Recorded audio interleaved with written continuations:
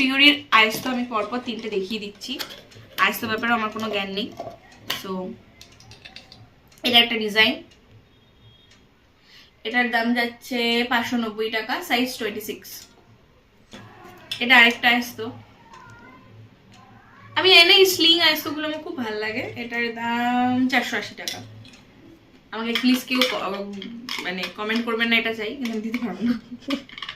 আচ্ছা, নেক্সট হচ্ছে এইটা। এটা খুব সুন্দর, এটা আমার ভীষণ পছন্দের। যখন আমার বিয়ে হবে আমি এরকম কিনবো একটা, আমার বিয়ের পর। এটার দাম যাচ্ছে 650 টাকা। আচ্ছা, এবার ছোট ছোট কিছু কানের, আমাদের প্রচুর কানের, প্রচুর আংটি, কিন্তু কোথায় কোনটা ছিটিয়ে রয়েছে কিচ্ছু জানি না। এই একটা কানের, এটা মায়ের। আচ্ছা, এই একটা কানের যেটা আমার, এই একটা কানের যেটা মার। সব কটার দাম বলছি। এটার দাম 490, একটার দাম 350, এটার দাম 420। আচ্ছা, এই একটা কানের, এই একটা হার, যেটা শ্রীহরির নয় কিন্তু এটাও গোল্ড প্লেটেড। এটা ভীষণ সুন্দর, মানে দেখলে বোঝাই যাচ্ছে না যে এটা মানে ইমিটেশন। এটা খুব সুন্দর। আচ্ছা, নেক্সট আছে, আমি জানি না এখানে এটা কি করছে, বাট এই হারটাও তোমার, এটা একটা ছোট্ট ওই চেন টাইপের, চেনে দিয়ে একটা লকেট পেন্ডেন্ট, এটাও শ্রীহরি, এটা আমার। এই আরেকটা কানে, এই আরেকটা হার,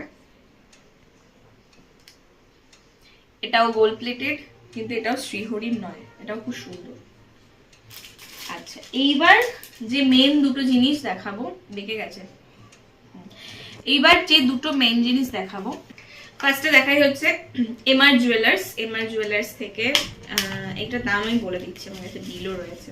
এটা টিকলি কিনেছি, টিকলিটা খুব সুন্দর, আমার খুব ভালো লেগেছে। একদমই না, আমার খুব ভালো লেগেছে টিকলিটা, এটা খুব সুন্দর।